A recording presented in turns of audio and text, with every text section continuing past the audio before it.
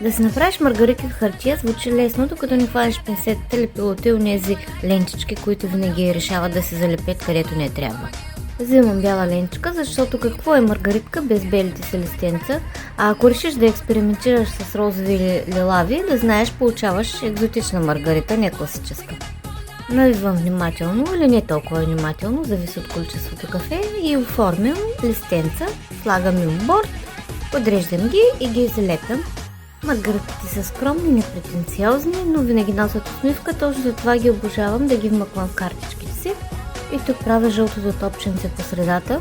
Тук се нарязат малки реснички по дължината на лентата. В този момент се казвам: Теодор, защо не обичаш по-едри цветя?